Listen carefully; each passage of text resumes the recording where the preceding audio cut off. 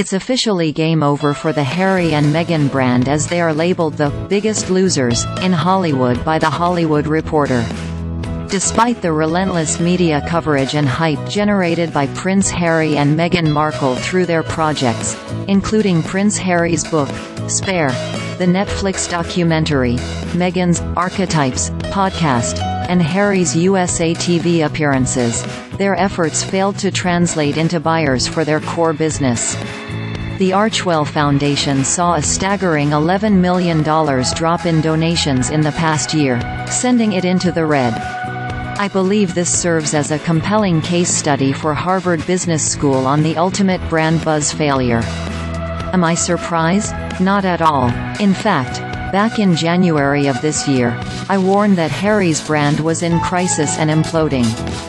This was during a time when Harry and Meghan were riding high on their media hype strategy. So The Hollywood Reporter labeling Harry and Meghan the biggest losers in Hollywood only amplifies that original insight. But as Bram Stoker wisely said in Dracula, we learn from failure, not from success. So how can we avoid Harry and Meghan's all buzz and no buyers strategy when building a brand? Firstly, it's important to be damn mindful of public perception. Harry and Meghan faced ongoing criticism for their whiny and self-centered approach in their various projects. When building brands, leaders must be acutely aware of how our actions and messaging are perceived by the public. Were Harry and Meghan wronged by the royal family? I believe they were. Did people want to see them cash in on that? I'm not so sure, and hence the backlash started. 64% of people have avoided a brand due to a bad experience, and 47% have shunned brands because of negative online reviews. Secondly, it's crucial to deliver on your brand promise. No amount of media buzz can save a substandard product or service.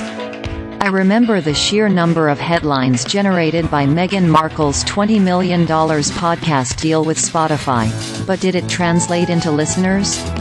No. In fact, Spotify dropped the podcast called Archetypes after just one season, and pulled the plug on the couple's multi-million-dollar deal.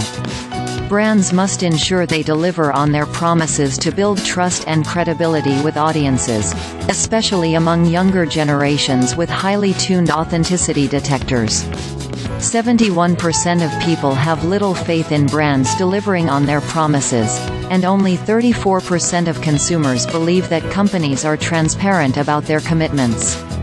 Thirdly, choosing the right partnerships is crucial. 60 to 65% of strategic partnerships fail due to unrealistic expectations, failure to agree on objectives, and lack of trust or communication. In my opinion, the partnership with Spotify did more harm than good to Harry and Meghan's brand, especially after Bill Simmons, the head of podcast innovation and monetization at Spotify, slammed the pair as grifters.